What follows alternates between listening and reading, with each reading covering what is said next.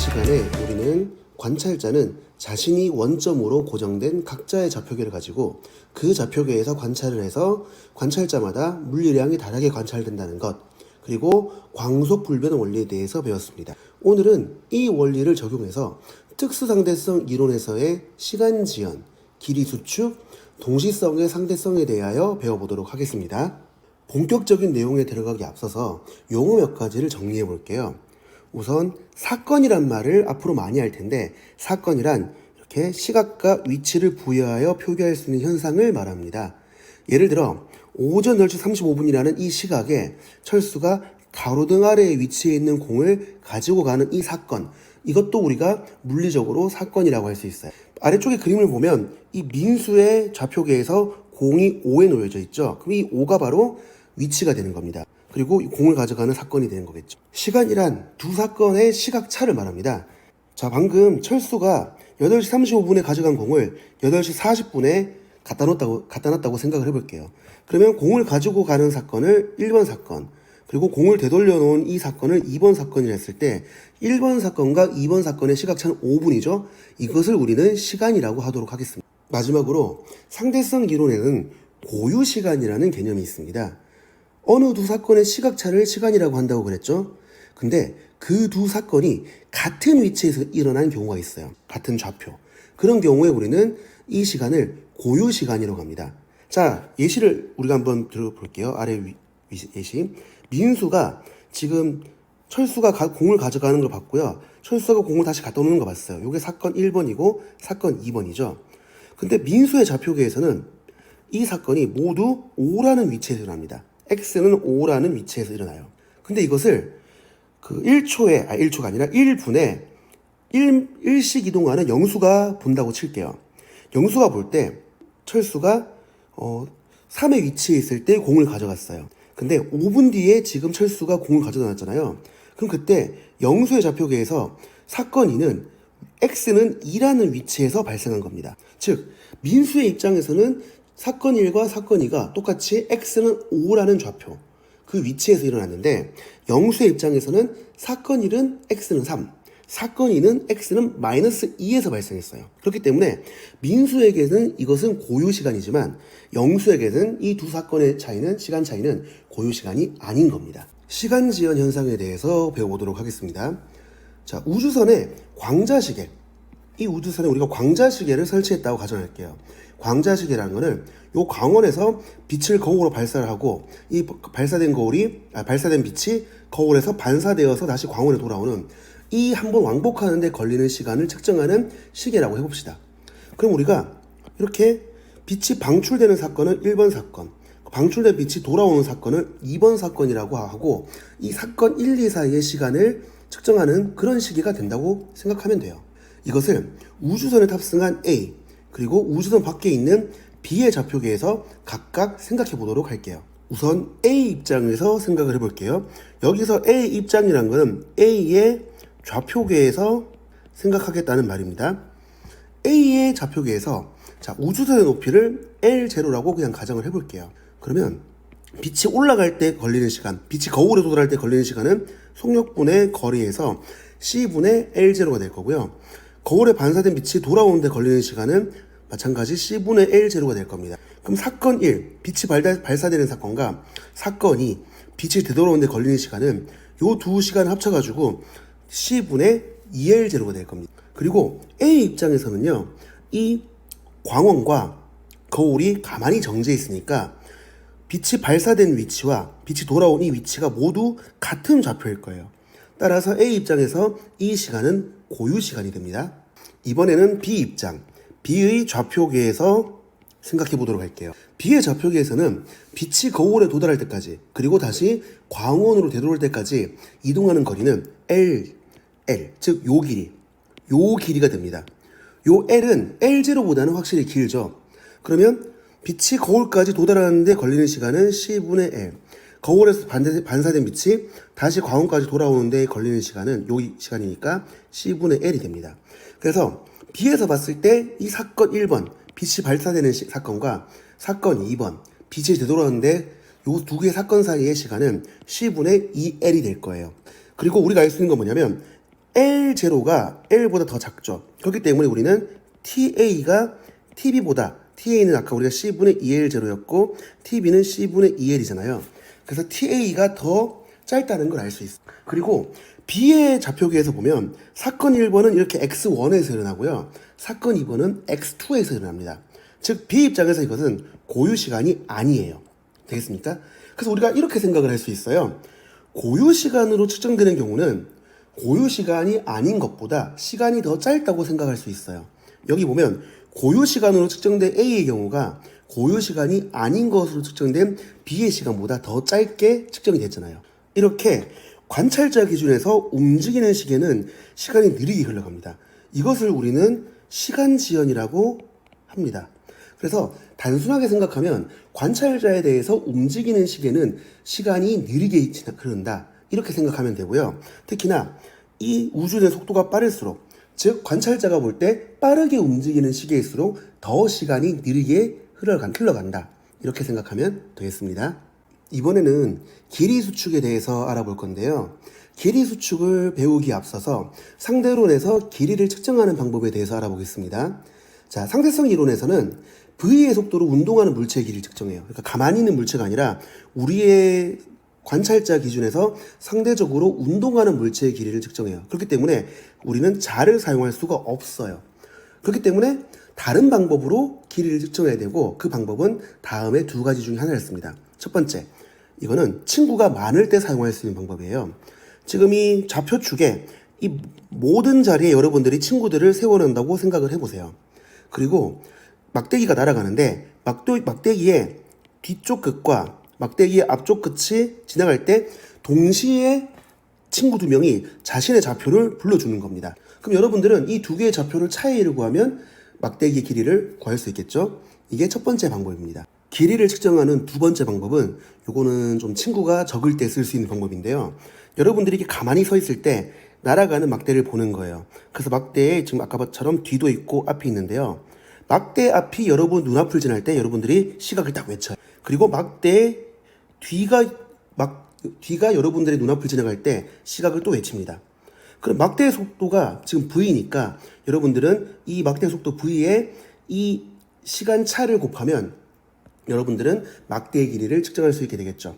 그리고 여기서 여러분들 기준에서 지금 막대의 앞이 여러분 눈앞을 지나가는 것과 막대의 뒤가 여러분들의 눈앞을 지나가는 것은 같은 위치에서 일어난 사건이죠. 그렇기 때문에 여러분들이 곱한 이 시간은 고유 시간이 됩니다. 바닥에 막대가 놓여 있고요. 그거를 지면에 서 있는 A와 버스에 탑승한 B가 측정한다고 해볼게요. 막대의 길이를. 이때 막대는 지금 바닥에 놓여 있다 했잖아요. 얘는 바닥에 놓여 있고 A도 바닥에 정지해 있잖아요. 그러면 막대와 A의 상대 속도는 0이죠. 이렇게 상대 속도가 0인 그 좌표계를 우리는 같은 관성 좌표계라고 하는데요. 이렇게 그 측정하고 싶은 물체와 같은 관성 좌표계에 있는 관찰자가 측정한 길이를 우리는 고유 길이라고 해요. 쉽게 말해서 똑같이 멈춰 있는 사람이 길이를 측정하면 그건 고유 길이라고 생각을 하시면 돼요. 그래서 지금 A가 측정한 길이는 고유 길이라는 거를 알아두시면 좋을 것 같고요. 자, 그러면 여기서 버스가 움직이니까 우리는 측정 방법을 아까 봤던 두 번째 방법을 쓸 거예요. 자, 막대의 뒤쪽 끝이 있고 막대의 앞쪽 끝이 있는데요. 이 버스의 앞쪽 끝이 막대의 뒤쪽 끝을 지나는 이거를 사건 1번, 버스의 앞쪽 끝이 막대의 앞쪽 끝을 지나는 사건을 사건 2번이라 할게요. 그래서 버스의 속력에다가 이 두 사건의 시간, 그걸 곱하면 각각 길이가 나온다고 생각하시면 돼요. 그러면 여기 A가 측정할 때는 이 델타 T가 자 T2 빼기 T1이 되겠죠. 그런데 A가 볼 때는 지금 A 좌표계는 이렇게 있잖아요. 그러면 여기가 사건 1이 발생한 자리고 여기가 사건 2가 발생한 자리니까 일단 고유 시간은 아니에요. 하지만 A가 측정한 길이는 고유 길이는 맞습니다. 자, 이번에는 B의 기준에 생각해 볼게요. B의 기준에서 봤을 때 여기가 지금 사건 1이 일어난 위치고 여기가 사건 2가 일어난 위치죠. 근데 B가 보았을 때는요, 어차피 B는 정지해 있으니까 버스의 앞쪽 끝이란 이 좌표는 B가 봤을 때는 같은 위치예요. 따라서 B가 측정한 요 길이는 고유 길이는 아니에요. 근데 B 입장에서 측정한 이 시간은 고유 시간은 맞습니다. 자, 그러면 보세요. 지금 A가 측정한 길이는요, L0인데요. V 델타 T고, B가 측정한 길이는 L인데 V 델타 T0예요. 그럼 여기서 V 두 개는 같은 값인데 우리가 T0와 T를 비교하면 T0가 더 작은 걸 알 수 있죠. 맞죠? 그렇기 때문에 A가 측정한 이 고유 길이가 B가 측정한 고유 길이가 아닌 것보다 더 길게 보이는 거예요. 쉽게 말해서 고유 길이가 아닌 것보다 더 깁니다. 조금 더 쉽게 말해서 운동하는 관찰자가 측정한 길이는, 그러니까 물체가 운동하는 것으로 관찰하는 관측자가 측정한 길이는 그 정지한 관측자의 길이, 고유 길이보다 더 짧게 보이는 거예요. 단 여기서 여러분들이 알아두면 좋은 게 뭐냐? 길이 수축은요, 운동하는 방향으로만 일어나요. 예를 들어서 이 막대에, 자, 요 고유 길이 폭이 L0고 요 높이가 고유 길이가 LS0라 해볼게요. 그러면 B가 보았을 때 L0는 이제 L로 길이 수축이 일어납니다. 하지만 이 높이 S0는 여전히 B가 보아도 S0로 관측이 될 거예요. 이런 식으로 운동하는 방향에 대해서만 길이 수축이 일어납니다. 시간 지연과 길이 수축을 동시에 적용해서 한번 현상을 이해해 볼게요. 자, 지면의 관측자 A가 있고요. 그 다음에 버스에 탑승한 B가 있습니다. 그러면 지면의 관찰자 A에 대해서는 B가 탑승한 버스가 이렇게 길이 수축이 일어난 것으로 보일 거고요. 그 다음에 B의 시간이 느리게 가는 것으로 보일 거예요. 반대로 B의 기준에서는요, 버스 밖에 있는 모든 것이 이렇게 길이 수축이 일어난다고 볼 겁니다. 그리고 버스 밖에 있는 모든 시계가 시간이 느리게 간다고 이해할 거예요. 이렇게 모든 관찰자는 자기가 볼 때 움직이는 시계는 시간이 느리게 가는 것으로 볼 거고, 움직이는 물체는 길이가 짧아졌다고 보게 됩니다. 마지막으로 동시성의 상대성에 대해서 배워볼 거예요. 동시성의 상대성이란 어느 관성 좌표계에서 사건 1, 2가 동시에 일어났는데 다른 관성 좌표계에서는 동시가 아닐 수 있다는 겁니다. 자, 우리는 이제까지 어느 관찰자에게 동시에 일어난 일은 다른 관찰자에게도 동시에 일어난다고 생각해 왔어요. 한번 예를 들어 볼게요. 1m/s로 운동하는 어떤 열차가 있고요. 그 열차의 중앙에 A라는 관찰자가 서 있어요. 이 A가 양쪽으로 똑같은 속력으로 공을 던질 겁니다. 그리고 이것을 열차 밖에 있는 관찰자 B가 관측을 해요. 그리고 이 왼쪽으로 던져진 공이 벽에 부딪히는 사건을 사건 1번이라고 하고요. 오른쪽으로 던져진 공이 벽에 부딪히는 사건을 사건 2라고 한번 해볼게요. 자, 그렇다면 A 입장에서는요, 공은 5초 후에 동시에 벽에 부딪혀요. 왜냐하면 A 입장에서는 똑같이 10m/s의 속력을 가질 거고, 그리고 벽에 도달하는데 똑같이 50m의 거리를 가야 되니까 5초 후에 사건 1과 사건 2가 동시에 일어난다고 볼 수 있어요. B의 기준계에서요, 왼쪽으로 던져진 공과 오른쪽으로 던져진 공의 속력이 다를 거예요. 열차의 속력이 1m/s인데 내부에서 양쪽으로 10으로 던졌으니까 왼쪽으로 던져진 공은 속력이 9일 거고 오른쪽으로 던져진 공은 속력이 11m/s일 겁니다. 하지만 5초 후에, 아까 A 입장에서는 5초 후에 사건 1, 2가 동시에 벌어졌잖아요.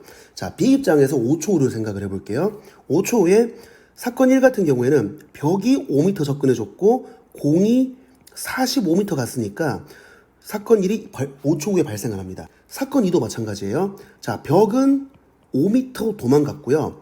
공은 55m를 쫓아갔어요. 그래서 5초 후에 사건 2가 발생합니다. 즉, B가 보았을 때도 사건 1, 2는 5초 후에 동시에 발생하는, 이렇게 고전적인 경우에는 관찰자 A에게 사건 1, 2가 동시에 발생했다면 관찰자 B에게도 사건 1, 2는 동시에 일어났다고 생각하는 게 이제까지 우리의 상식이었어요. 자, 하지만 상대성 이론에서는 내용이 좀 다릅니다. 이번에는 공이 아니라 빛을 각각 검출기 PQ에 발사한다고 가정할게요. 그리고 여기 발사된 빛이 P에 도달한 사건을 1번 사건, Q에 도달한 사건을 2번 사건이라고 할게요. 열차 중앙에 서 있는 A 입장에서 생각을 하면요, 머리 위에 광원에서 빛이 똑같이 속력 C로 이제 이동을 하고요. 그러면 사건 1은 빛이 C의 속력으로 L0만큼 이동해야 되고 사건 2도 빛이 C의 속력으로 L0만큼 이동해야 됩니다. 걸리는 시간이 같으니까 그 A의 기준계에서 사건 1과 사건 2는 동시에 발생한다고 볼 수 있어요. 이번에는 열차 외부 관찰자 B의 좌표계에서 생각을 해볼게요. 방금 전에 공과는 다르게 자, 빛은 P를 향하는 빛이나 Q를 향하는 빛이나 똑같이 속력이 C입니다. 왜냐하면 광속 불변 원리를 적용해야 되죠. 자, 그렇기 때문에 지금 P 같은 경우에는 광원으로 접근해 주고요. Q 같은 경우에는 광원에서 멀어집니다. 열차의 속도 V만큼요. 따라서 우리는 P에 먼저 빛이 도달한다는 걸 알 수 있어요. 즉 사건 1이 먼저 발생한다는 것을 알 수 있습니다. 그리고 잠시 시간이 지나서 사건 2가 발생한다는 것을 알 수 있어요. 즉 B가 볼 때는 사건 1과 사건 2가 동시에 발생하지 않습니다. 즉 어느 좌표계에서는 동시에 일어난 것으로 보이는 것이 다른 좌표계에서는 동시에 일어나지 않을 수 있다는 거죠. 이것이 바로 동시성의 상대성입니다. 오늘 우리가 되게 많은 내용을 배웠어요. 그래서 좀 헷갈릴 수 있지만 특수상대성 문제를 해결하는 로직은 되게 간단해요. 일단 물리학원에서는 정확한 계산보다는 상대적인 비교를 요구하거든요. 자, 우선 시간 지연을 보면요. 두 사건을 고유 시간으로 인식할 수 있는 관찰자가 누군지 빠르게 판단하세요. 왜냐하면 고유 시간이 더 느리게 흐릅니다. 고유 시간이 아닌 두 시간을 비교할 때는 속력이 더 빠른 경우가 속력이 느린 경우보다 더 느리게 흐른 것으로 생각을 하면 되고요. 되겠죠? 그래서 고유 시간으로 볼 수 있는 관측자가 누구인지 생각하면 편합니다. 자, 길이 수축은 더 간단해요. 운동하는 방향으로 그리고 속력이 빠를수록 크게 일어난다 생각을 하면 돼요. 되겠죠? 물체의 길이는 운동 방향으로 일어나고 그 다음에 무조건 길이는 수축한다는 것. 상대적으로 운동하는 물체는 길이가 짧게 보인다는 걸 알면 됩니다. 자, 동시성의 상대성은요. 주로 빛이 도달하는 데 걸리는 시간을 물어요. 그렇기 때문에 광속불변 원리를 적용한다고 생각을 하면 되고요. 그래서 광속불변 원리를 적용하기 때문에 광원으로부터 거리가 같은 경우에 빛이 발사된 지역으로 접근하는 경우와 멀어지는 경우 둘로 나눠 생각하는 게 좋아요. 그래서 같은 거리라면 그 광원으로 그 도달점이 접근해 주는 경우가 멀어지는 경우보다는 먼저 일어난다 생각을 하고요. 그걸 기준으로 여러분들이 논리적으로 판단하면 되게 쉽게 이해할 수가 있어요. 지금까지 배운 내용을 2023학년도 수능 물리학 12번 요게 상대성 이론 문제였거든요. 여기에 같이 적용을 해보도록 하겠습니다. 자, 문제를 읽어보면요. 저기 보면 자, B의 관성계에서 광원에서 방출된 빛이 PQ에 도달하는 데 걸리는 시간 같다고 했어요. 근데 B에서 보면 B가 지금 오른쪽 운동하기 때문에 P와 광원과 Q가 전부 다 왼쪽으로 운동하는 것으로 보일 거예요. 그러면 P 같은 경우에는 처음 발사한 위치에서 도망가고 있고 Q는 접근해 줍니다. 그럼 만약에 여기 L1과 L2가 만약 같다. 그렇다면 P는 멀어지고 Q는 접근하니까 우리는 Q의 빛이 먼저 도달할 거라 생각할 수 있어요. B가 보았을 때는 Q의 빛이 먼저 도달해야 돼요. 거리가 같다면요. 근데 도달하는 데 걸리는 시간이 같다고 했죠. 자, 그럼 여러분도 이렇게 생각할 수 있습니다. P는 도망가고 Q는 접근하는데도 불구하고 두 사건이 동시에 일어난다. 이게 무슨 말이냐? L1이 L2보다 짧았던 거예요. 짧으니까 원래는 더 오랜 시간이 걸리지만 같은 시간이 되도록 보정이 되었다. 이렇게 생각을 하면 되는 거죠. 자, 그러면 자동으로 기억은 거짓말이 됩니다. L1이 더 작아야 돼요. 그리고 니은을 보면요. 자, A 관성계에서는 PQ가 광원에서 도망가지 않죠. 그렇기 때문에 그냥 길이 짧은 경우가 먼저 도달한다고 보면 돼요. 그렇기 때문에 Q에서가 P에서보다 먼저 도달한다 생각하시면 돼요. 그렇기 때문에 제가 지금 실수를 했네요. 자, 왼쪽이 P고 오른쪽이 Q죠. 그렇기 때문에 P에 먼저 빛이 도달해야 되죠. 자, 그래서 P에서가 Q에서보다 먼저 반사된다. 먼저 도달한다는 얘기죠. 니은은 그래서 맞는 말이 되는 겁니다. 자, D가 볼게요. 빛이 광원과 Q 사이를 왕복하는 데 걸리는 시간. 자, 여기는 왕복하는 거잖아요. 즉, 빛이 광원에서 나왔다가 Q에 갔다가 광원으로 되돌아오는 경우죠. 그러면 이게 사건 1번, 광원에서 나오는 것. 광원으로 되돌아오는 거 사건 2번. 자, 사건 1번과 사건 2번이 누군가에게서는 같은 위치에 일어날 수가 있어요. 왜냐하면 광원에서 나왔다가 광원으로 되돌아오니까요. 그래서 이거는 우리가 고유시간 개념을 도입할 수 있는지 생각을 해보면 됩니다. 보세요. 지금 A 같은 경우에는 멈춰있고 B 같은 경우에는 오른쪽 운동합니다.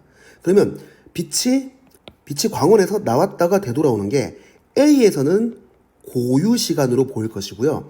B에서는 고유시간이 아닌 것으로 관측이 될 거예요. 그러면 이 시간은 A에서가 B에서보다 더 짧아야 됩니다. 그쵸? 근데 문제 보면 A의 관성계가 B의 관성계보다 크다고 말했을까? 얘는 틀린 말이죠. 그 정답은 2번이 됩니다. 수능 문제 별거 없죠? 자, 우리가 이렇게 상대성 이론에 대해서 긴 시간 배워봤는데요. 잘 정리를 해서 여러분들에게 큰 도움이 되었으면 좋겠습니다. 지금까지 물리 선생님 김병수였습니다.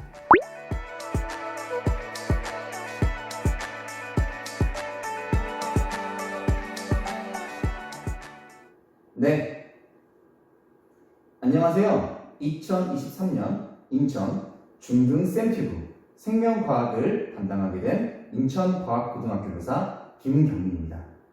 선생님이 이번 영상을 제작하게 된 이유는 선생님이 생명과학을 너무나도 사랑하기 때문에 여러분들도 생명과학에 대해서 더욱 관심을 갖고 관련된 진로나 직업을 갖고자 하는 마음이 들었으면 하는 바람에 이 영상을 제작하게 되었습니다.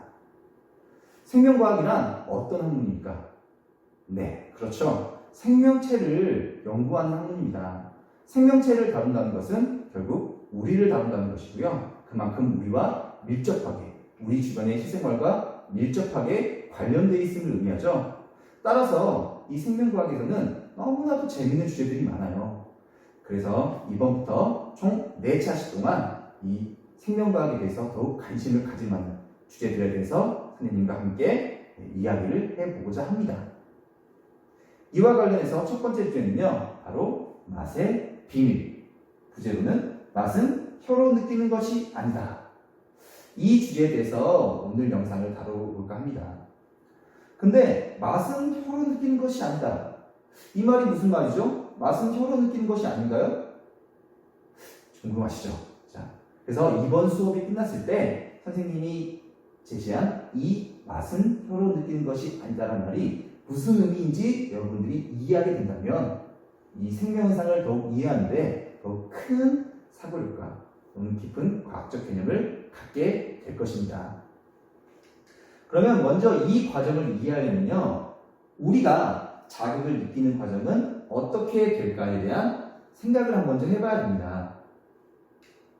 네, 이것에 대한 내용은요, 이미 여러분들이 이 중학교 과학 3, 중학교 3학년 때 자극과 반응에 대한 내용에서 다뤄졌습니다. 또 고등학교 고1 또는 2, 학교마다 다르게 배우겠지만 생명과학 1의 항상성과 몸의 조절이라는 단원에서 이와 관련된 내용을 다루고 있습니다. 그럼 간략하게 복습 겸 내용을 살펴보겠습니다. 우리가 정보를 인식하는 방법은요, 바로 여기처럼 축구공을 눈으로 보듯이 감각기관에서 자극을 받아들입니다. 그래서 공을 눈으로 보는 거죠. 이에 대한 정보를 감각기관에서 받아들이고요. 이것을 어디로 보냅니까? 네, 바로 뇌와 같은 중추신경계로 보내지게 됩니다. 그럼 이 뇌와 같은 중추신경계에서는요, 감각기관에서 오는 정보를 받아들여서 정보를 통합하고 분석한 다음에 이것을 바로 다리라든가 또는 근육과 같은 반응기로 정보를 보냄으로써 적절한 반응을 일어나게 하는 것이죠. 네, 이에 대한 것은 이미 여러분들이 아주 잘 알고 있을 것이라고 생각합니다. 이러한 내용에 대해서 중학교 때 배웠고 앞으로 고등학교에서 생명과학원에서 더욱더 자세하게 다뤄질 내용입니다. 지우고 시작할게요. 그럼 오늘의 주제인 맛의 비밀에 대해서 우리가 해석하기 위해서는 먼저 누구나 알고 있는 바로 미각을 통해 맛을 느끼는 과정에 대해서 한번 우리가 이해를 해봐야 돼요. 맛을 어떻게 느낍니까? 네, 맛은 우리가 보통 미각은 보통 혀와 관련된 감각이죠. 이 혀에는요, 굉장히 돌기들이 많이 나겠죠. 우리 그것을 유두라고 표현하는데 그 돌기를 또 확대시켜 보게 되면은 여기에는 이렇게 맛봉우리라고 하는 세포들의 집단이 있습니다. 이 맛봉우리는요, 여러 개의 맛세포로 이루어져 있습니다. 근데 이 맛세포들이 바로 이제 우리가 혀로 들어온 액체 물질들을요, 인지하게 된다는 얘기죠. 맛세포가 이 액체 물질들을 인지하게 되면은 이 맛세포가 이 다음 신경에게 자극을 주게 됩니다. 그러면 이 다음 신경이 미각신경이고요. 이 미각신경은 이 맛세포가 준 정보를 이 중추, 뇌로 전달해 줌으로써 이렇게 맛을 느끼게 하는 거죠.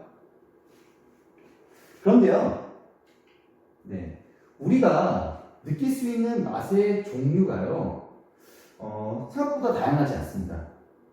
자, 무슨 맛이냐면 맛의 종류는요, 일반적으로 이렇게 제시된 5가지 맛이 있습니다. 단맛, 짠맛, 신맛, 쓴맛, 감칠맛. 이런 맛이 있습니다. 단맛, 짠맛, 신맛, 쓴맛은 여러분들이 잘 알겠지만 이 감칠맛은 조금 새로울 수 있겠네요.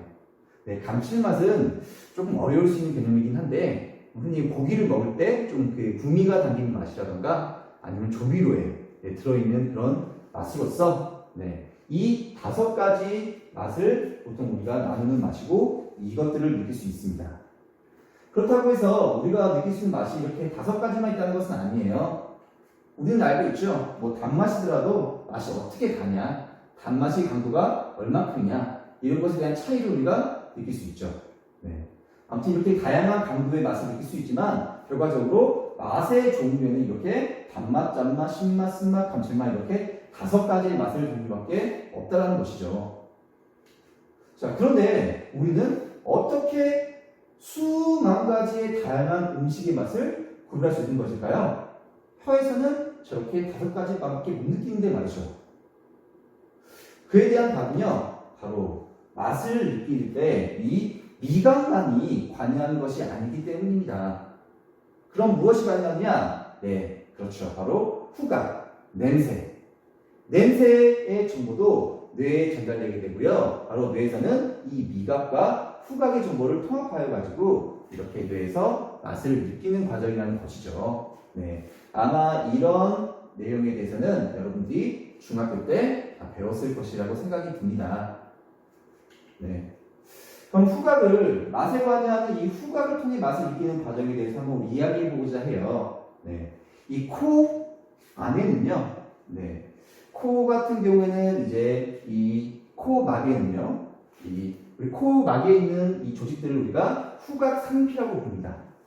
그리고 이 후각상피 안에 이렇게 그 냄새를 인지할 수 있는 후각세포가 존재합니다.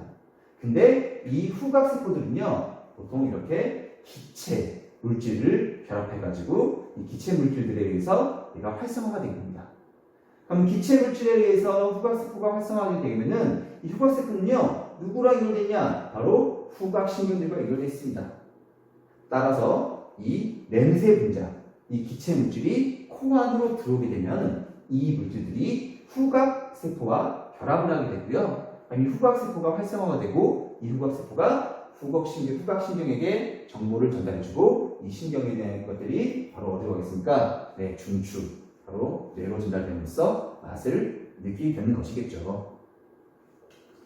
근데 이제 중학교 때 배웠던 내용에서 조금 더 한 단계 심화된 내용을 다루고자 합니다. 우리가 알다시피 냄새는 굉장히 다양합니다. 그러면 이 후각세포가 어떻게 다양한 냄새를 인지할 수 있는 것인가에 대해서 한번 이야기를 해봐야 되는데, 자, 요 내용입니다. 이렇게 콧 안에는 후각세포가 있거든요. 근데 이 후각세포를 좀 확대해서 보겠습니다. 이 확대해서 보게 되면은 이러한 그림이 나타나게 됩니다. 바로 이 후각세포막에는요, 바로 이런 기체 물질 형태의 냄새 분자랑 결합할 수 있는 후각 수용체라는 것이 존재하고 있다는 이야기죠. 따라서 이 후각 수용체는 냄새 분자와 결합할 수 있는 물질인데요. 이 후각 수용체의 종류가 굉장히 여러 가지라는 겁니다. 따라서 냄새 분자 또는 기체 분자의 종류에 따라서 이 결합할 수 있는 후각 수용체의 종류가 달라지게 되고, 이 어떤 후각 수용체가 바로 이 물질과 결합해서 활성화되냐에 따라 가지고 이 세포에서 변화가 다르게 일어난다는 이야기를 하는 것이죠. 그래서 미각 수용체보다 후각 수용체가 훨씬 더 많이 있습니다. 아까 우리가 미각에서는 5가지 맛만 있다고 그랬죠. 물론 5가지 맛만 느낄 수 있다고 해서 미각 수용체가 5가지만 있는 것은 아닙니다. 같은 맛을 느끼더라도 조금 다양한 수용체가 존재하는데, 근데 이 후각 수용체는요, 약 400여 가지 이상의 후각 수용체가 발견됐어요. 그러면 이 굉장히 다양한 냄새 분자들이 코 속에 들어갔을 때 어떤 후각 수용체를 활성화시키냐에 따라서 다양한 조합에 의해서 굉장히 많은 이 정보들을 전달할 수 있게 된다는 얘기를 하는 거죠. 근데 이 그만큼 많은 수용체를 갖는다는 말은 무슨 말이냐? 네, 우리가 느낄 수 있는 후각의 종류가 미각보다 더욱 다양하다는 것을 의미합니다. 그만큼 수용체가 많기 때문에 다양한 물질들과 반응할 수 있다는 이야기니까요. 네. 그래서 결과적으로 맛을 느낀다는 것은 이렇게 표현해 볼 수가 있겠네요. 바로 코와 감각기관인 코와 혀에서 전달된 정보를 뇌에서 종합적으로 해석한 결과라는 것이죠. 즉, 결국 맛을 느낀다는 것은 누구냐? 네, 뇌라는 겁니다. 이 코와 혀에서는 정보를 전달해 주게 되고 이 정보를 통합해서 아, 이런 맛이구나라고 느끼게 하는 장소가 바로 이 뇌라는 것이죠. 이해되시나요? 따라서 여러분들 한번 우리 코로나에 걸렸을 때 어땠는지 한번 생각을 해볼게요. 자, 우리가 한번 코로나에 걸린 학생들 같은 경우에는 이 코가 막히고 해서 냄새가 잘 안 납니다. 근데 냄새가 코가 막혀서 냄새가 안 나는데 음식이 맛이 안 납니다. 왜 그렇죠? 네, 맛을 느끼는 데는 혀뿐만 아니라 이 코에서 오는 정보도 굉장히 중요하기 때문이라는 것이죠. 더욱더 나아가서 이 코에, 즉 후각에 대한 수용체가 훨씬 더 다양하기 때문에 우리가 뇌에서 맛을 느끼는데 더욱 다양한 맛을 느끼게 해주는 정보는 결국 코에서 온다는 것입니다. 놀랍죠? 네. 그래서 우리 실생활 관련돼서 조금 재밌는 좀 이야기를 한번 다뤄볼까 하는데요. 여러분들, 결국 바나나와 바나나 맛 우유. 자, 바나나는 우리가 먹을 때 잘 알고 있는데 사실 이 바나나 맛 우유에 여러분들 바나나가 많이 안 들어가 있습니다. 엄청 조금 들어가 있거든요. 그럼에도 정말 바나나 맛이 나죠.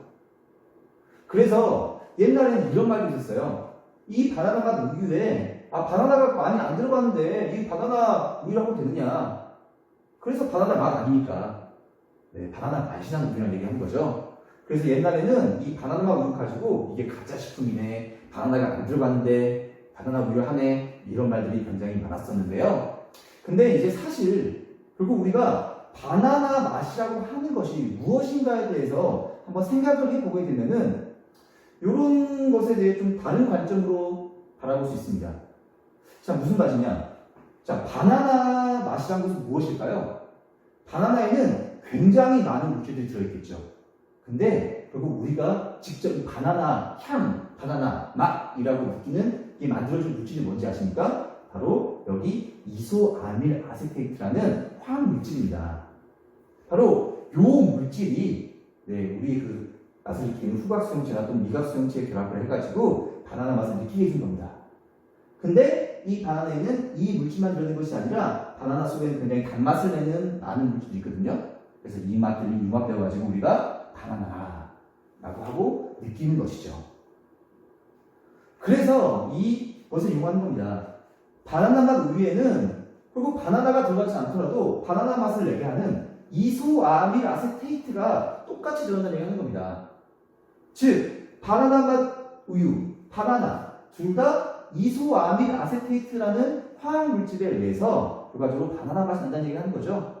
네. 그리고 이 바나나에서는 이 이소아밀 아세테이트 말고도 단맛이 필요하니까 바나나 맛 우유에는 이거에다가 설탕을 넣어줌으로써 더욱더 바나나의 맛에 가까운 우유를 만들게 된 것이죠. 이 이소아밀 아세테이트는요, 여러분들 바나나의 구성 성분의 0.1%밖에 되지 않습니다. 이렇게 매우 작은 양을 차지하는데 바나나 맛을 느끼게 하는 주 성분이라는 이야기죠.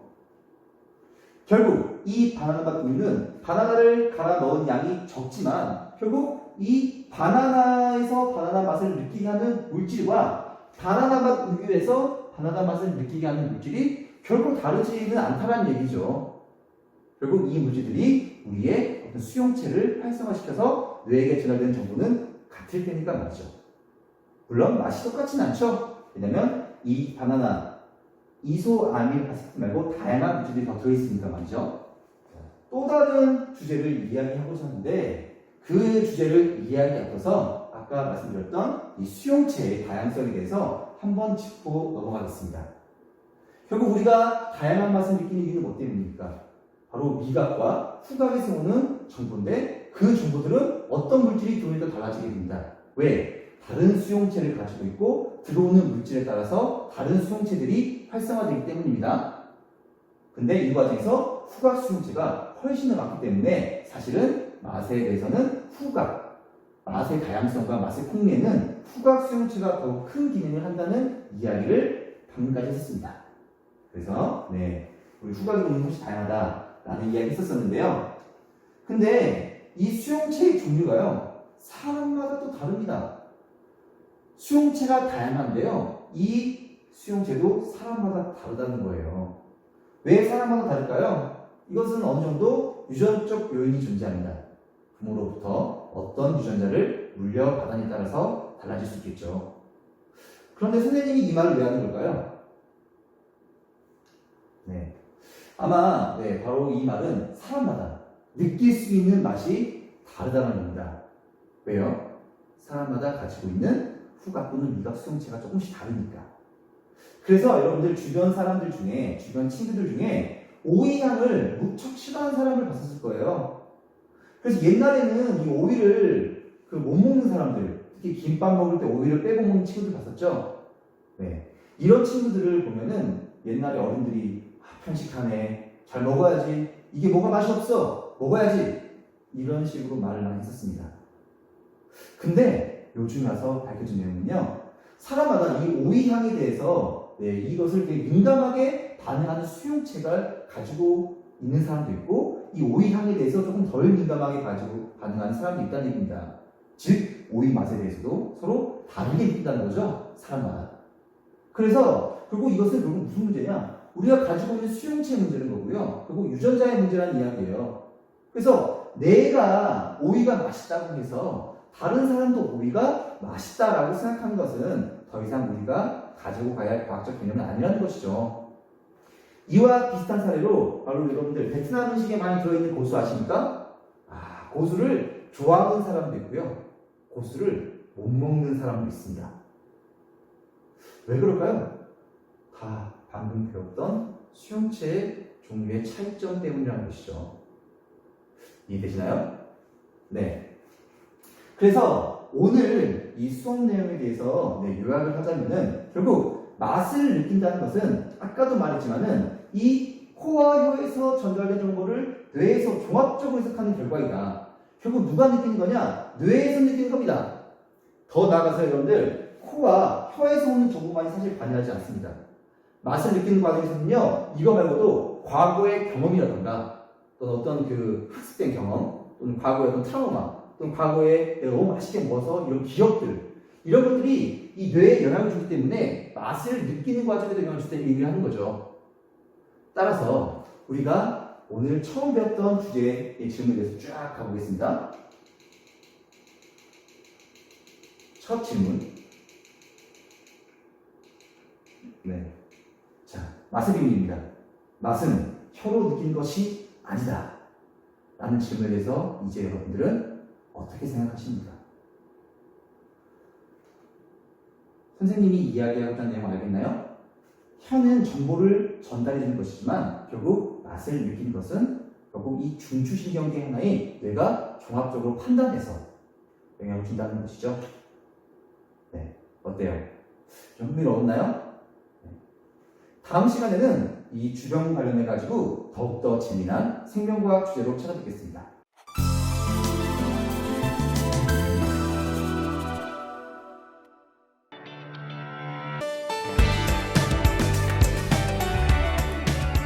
오늘 선생님과 함께 살펴볼 주제는요, 자가진단 키트 알고 쓰고 있나요에 대한 주제입니다. 여러분들이 이 코로나 사태를 겪으면서 이 코로나 자가진단 키트를 굉장히 많은 학생들이 써봤을 텐데요. 그런데 놀라운 사실은 이 키트를 많이 써봤지만 이 키트 속에 숨겨진 과학적 원리를 알고 있는 사람들이 별로 없다는 것이죠. 그래서 오늘은 선생님과 함께 바로 이 자가진단 키트에 대해서 살펴보겠습니다. 코로나 자가진단 키트의 원리는요, 한마디로 말씀드리면 항원 항체 반응입니다. 그럼 우리가 항원 항체 반응을 이해하려면은 항원과 항체가 뭔지 알아야겠죠? 항원은 우리 몸에서 면역 반응을 일으키는 물질입니다. 그렇다면 항체는 자, 면역 반응이 일어난다는 것 자체가 이 항원을 물리치는 반응이죠. 그래서 이 항체란 항원을 제거하기 위해서 만들어지는 단백질을 항체라고 부릅니다. 이것을 조금 더 좀 전문적으로 좀 말씀드리면요. 네, 우리가 항원과 항체의 관계를 이해하기 위해서 알아야 될 기능 중에 하나가 바로 우리의 면역 세포 중에 하나인 B림프구입니다. 이 B림프구라는 세포는요, 항원 수용체를 가지고 있습니다. 그래서 항원과 결합할 수 있는 항원 수용체를 가지고 있는데 이 B림프구마다 가지고 있는 항원 수용체의 종류가 다릅니다. 그래서 이 항원과 만나기 전에 B림프구는 서로 다른 종류의 항원 수용체를 가지고 있고 매우 소량으로 존재하고 있습니다. 근데 항원이 들어옵니다. 항원이 들어오게 되면은 이 항원과 결합할 수 있는 항원 수용체를 가지는 B림프구만이 이 항원과 만날 수 있겠죠. 그래서 이 항원과 이 B림프구가 만나게 되면은 이 B림프구가 활성화가 돼가지고요 증식을 하게 됩니다.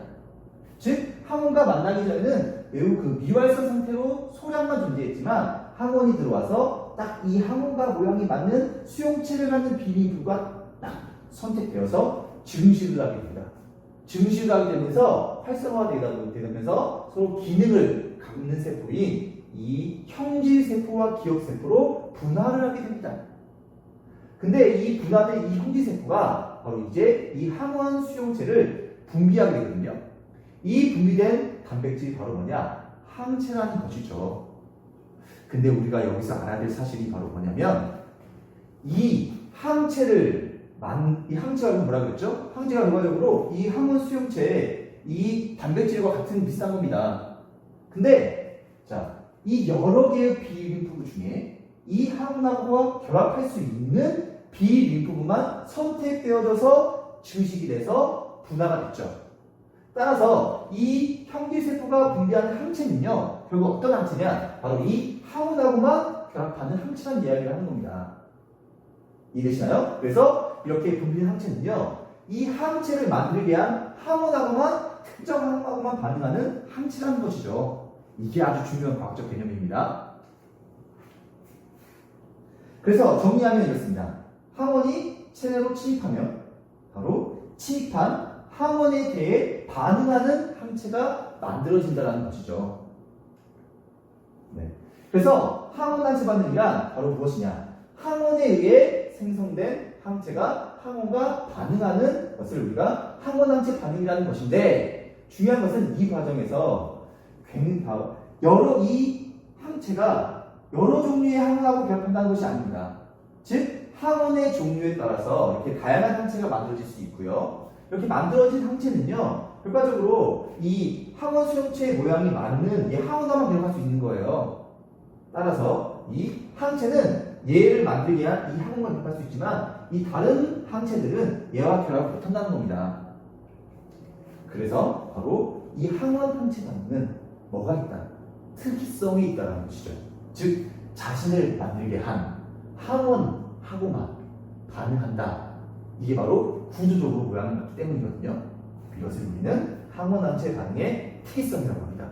네, 그래서 아까 코로나 자가진단 키트의 원리가 항원 항체 반응이라고 했었었는데요. 근데 사실은 항원 항체 반응 중에서도 이 특이성을 이용한 겁니다. 조금 더 자세히 알아보기 위해서 코로나 자가진단 키트의 원리를 살펴보겠습니다. 코로나 자가진단 키트에는요, 이 세 종류의 항체가 사용됩니다. 이 세 종류의 다른 종류의 항체가 사용되는데, 이것 중에 이 두 가지 종류의 항체는요, 코로나 바이러스 항원에 결합할 수 있는 항체입니다. 그래서 이 코로나 바이러스 항원이란 뭐냐? 바로 코로나 바이러스를 구성하는 물질 중에 하나겠죠. 네, 그래서 이 코로나 바이러스의 항원과 결합할 수 있는 서로 다른 두 종류의 항체를 쓰는 것이고요. 네, 근데 이 두 종류의 항체 중 하나의 항체에 뭐가 있느냐? 이 별표 보이십니까? 네, 이 별표가 바로 발색 물질이라는 것이거든요. 발색 물질이 뭐냐? 말 그대로 색, 색깔을 띠는 물질이라는 것이죠. 그래서 이 코로나 바이러스 항원에 결합하는 하나의 항체에 색을 띠는 이 발색 물질을 붙여준 항체라, 또 그 발색 물질이 붙여지지 않은 이 항체의 두 개를 쓰게 됩니다. 나머지 세 번째 항체는요, 바로 이 항체 1과 요 발생 물질이 붙어 있는 항체와 결합하는 항체를 쓰게 됩니다. 아직까지는 잘 무슨 말인지 모를 텐데요. 그래서 이 그림을 통해서 선생님이 한번 쉽게 설명해 볼게요. 자, 이 녹색은 이 코로나 바이러스 항원입니다. 그래서 이 항원과 결합할 수 있는 항체가 뭐라고 그랬죠? 네, 이 항체 1과 항체 2입니다. 근데 이 항체 1과 항체 2는 다른 종류의 항체다 보니까 이 항원의 다른 부위에 결합할 수 있습니다. 즉, 둘 다 항원과 결합한 것은 맞지만 이 항체 1과 코로나 바이러스 항원이 결합한 이 부위와 항체 2와 코로나 바이러스 항원과 결합한 부위가 어떻다? 다르다라는 것이죠. 그럼 이 항체 3의 기능은요? 네. 항체 3이 바로 어떤 기능을 하느냐? 누굴 잡는다? 이 항체 2를 결합하는 항체라는 얘기죠. 즉, 이 항체 3에 대한 항원이 바로 항체 1이 되는 거겠죠. 그래서 이 항체 3은 항체 2를 결합할 수 있습니다. 근데 이 항체 1을 결합할 때 어차피 부위가 이런 부위를 결합하기 때문에 그래서 이렇게 항원하고 붙어있는 상태를 결합할 수도 있고요. 항원과 붙어있지 않은 항체 원하고도 결합할 수가 있게 됩니다. 그래서 여러분들이 지금 이 원리와 그림을 잘 기억하고 있으셔야 됩니다. 네. 그래서 이것 자체가 바로 뭡니까? 항원 항체 반의 특이성이죠. 즉, 항체 1은 이 코로나 바이러스 항원만, 항체 2는 코로나 바이러스 항원만, 항체 3은 이 항체 2라고만 딱 특이적으로 결합하는 것이 바로 항원 항체 반응의 특이성이 되는 것이죠. 네, 이 그림은 코로나 전라진단 키트를 도식화한 겁니다. 자, 그래서 이게 뭐냐면 이 부분이 여러분들 아시죠? 그 우리 뭐 입안이라던가 코 안을 한 다음에 용액에 넣죠. 네, 그 용액을 떨어뜨리는 부분입니다. 그리고 이 떨어뜨린 용액이 이제 이쪽으로 이동할 텐데요. 근데 이 첫 번째 만나는 곳이 바로 결합헤드라는 곳입니다. 근데 이 결합헤드에는 뭐가 있느냐? 바로 발생 물질이 달려있는 항체 1이 존재합니다. 근데 이 항체 1은요, 이렇게 이 패드에 붙어있는 것이 아니라 이제 이 타액이 들어오지 않습니까? 그럼 이것들과 함께 이동할 수 있습니다. 그런데 이 다음 검사선과 대조선에는요, 뭐가 있냐면 검사선에는요, 항체 2가 붙어 있습니다. 고정되어 있다는 얘기입니다. 따라서 이동하지 않아요. 대조선에는요, 항체 3이 고정되어 있습니다. 이것도 이동하지 않는 겁니다. 그래서 이 코로나 키트가 기본적으로 이런 구성을 가지고 있다는 얘기를 하는 거죠. 근데 여러분들 오해하시면 안 됩니다. 선생님이 이 항체를 이렇게 하나만 표시했다고 항체가 하나만 있는 것이 아니죠. 네, 지금 굉장히 많이 있습니다. 하나가 있는 것이 아니라 이 선 쭉으로 굉장히 많은 수의 항체 2가 결합되는 것이고요. 대조선에는 항체 3이 굉장히 많은 수가 이 라인에, 이 선에 결합되어 있습니다. 당연한 이야기지만 이 결합회드에 있는 항체 1도 굉장히 많이 존재합니다. 자, 그러면요, 코로나 감염 환자의 경우, 네, 우리가 이제 타액, 입 안과 코 안을 이렇게 면봉에 묻혀가지고 용액이 섞은 다음에 용액을 떨어뜨립니다. 그렇죠? 여기 떨어뜨려요, 패드에. 그러면 코로나 감염 환자라면요, 이 타액, 이 용액 안에 뭐가 있겠습니까? 그렇죠. 코로나 바이러스에 걸렸으니까 코로나 바이러스 항원이 존재할 거예요. 그러면 이 타액과 코로나 바이러스 항원이 코로나 키트 안으로 들어왔습니까? 그럼 이게 이제 용액이 패드에 따라 어떻게 되느냐? 이동하게 됩니다. 쭉 이동한다는 얘기죠. 그러면 이동할 겁니다. 이동하게 되면은 어떻게 됩니까? 그렇죠. 이 코로나 바이러스 항원이 이 결합 패드에 있는 누구와? 항체 1과 결합할 수 있겠죠? 왜? 이 항체 1은 요 코로나 바이러스 항원과 결합할 수 있는 항체니까. 이해되시나요? 그런데, 자, 이 항체는, 네, 아까 뭐라고 그랬죠? 이동할 수 있습니다. 결합된 형태가 아니기 때문에 이동할 수 있거든요. 그래서, 네, 이것들이 계속 이동합니다. 근데 이제 이동하다 보면은 누가 만나겠습니까? 네, 검사선에 고정되어 존재하는 항체 2가 만나겠죠? 근데 이 항체 2가 또 누구랑 잡습니까? 이 코로나 항원이랑 반응한다는 얘기 하는 거죠. 왜요? 아까 항체 열과는 다른 부위에 결합한다고 했습니다. 그렇죠? 그래서 이거 결합합니다. 근데 자, 일반적으로 이 결합 패드에 있는 항체 1의 양과 항원의 양이 더 많기 때문에 이 검사선에 있는 항체 2랑 결합하더라도 이 남아요. 그래서 이 결합하지 못한 이 항체 1과 결합한 항원이 어떻게 이동하겠습니까? 쭉 이동한다는 얘기죠. 그래서 이동하게 되면 네, 이런 식으로 이 항체 3이 바로 항체 1을 결합하지 않습니까? 그래서 이 항체 1과 특이적으로 결합하게 됩니다. 결합하지 못한 것들은 다 빠지는 거고요. 자, 그래서 여러분들 무슨 얘기입니까? 코로나 바이러스에 걸린 감염 환자의 경우는요, 이 항원이 있기 때문에 이 검사선에는 이 항원과 항체 1이 결합한 게 결합되어 있겠죠. 그러면 이 발생 물질이 어떻게 되는 겁니까? 이 검사선에 오인 겁니다.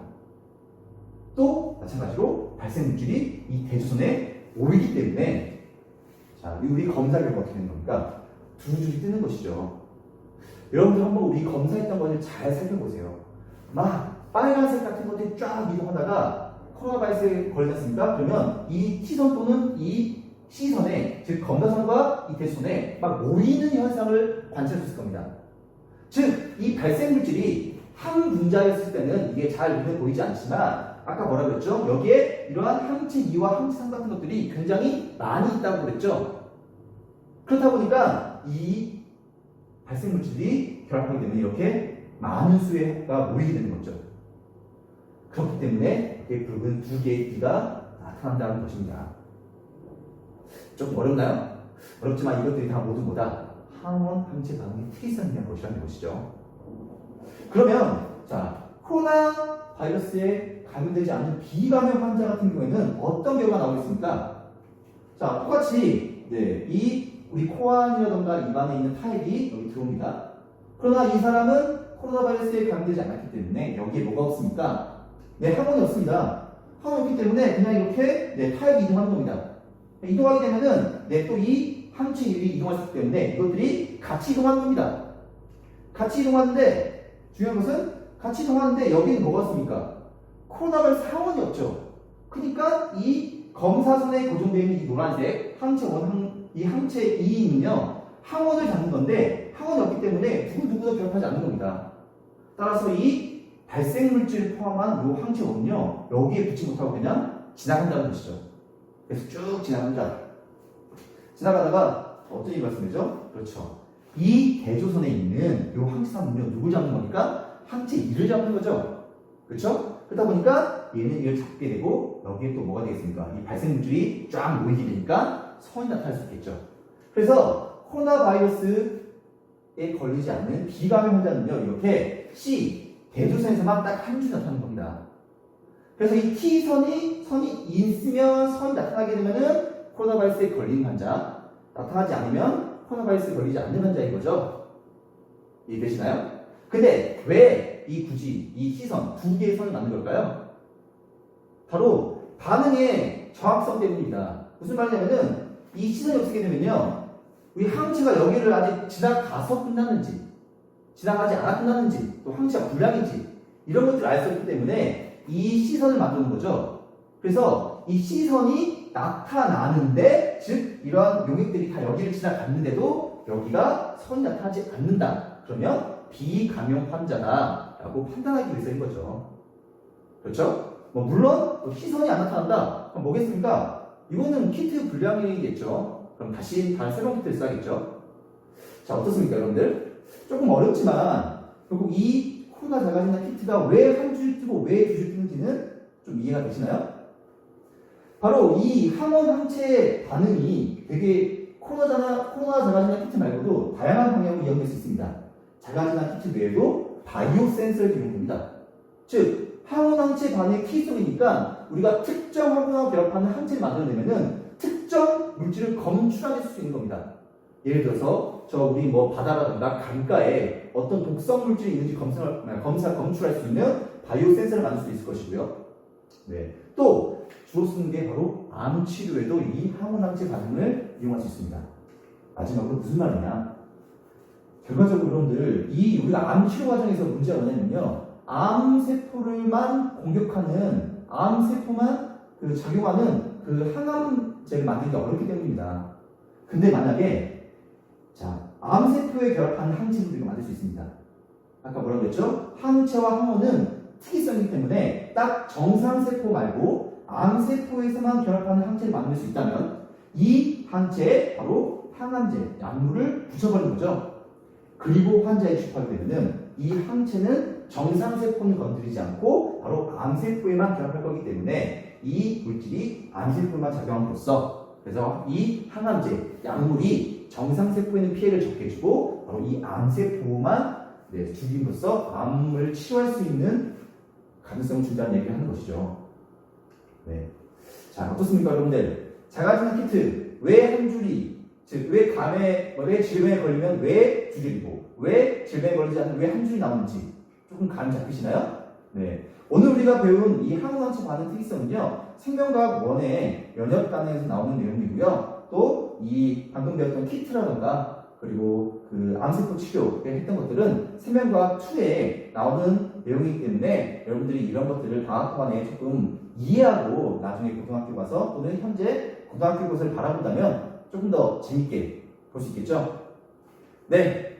오늘 고생 많으셨고요. 네. 다음에는 조금 더 재미있는 생명과학 주제로 찾아뵙겠습니다. 네. 감사합니다.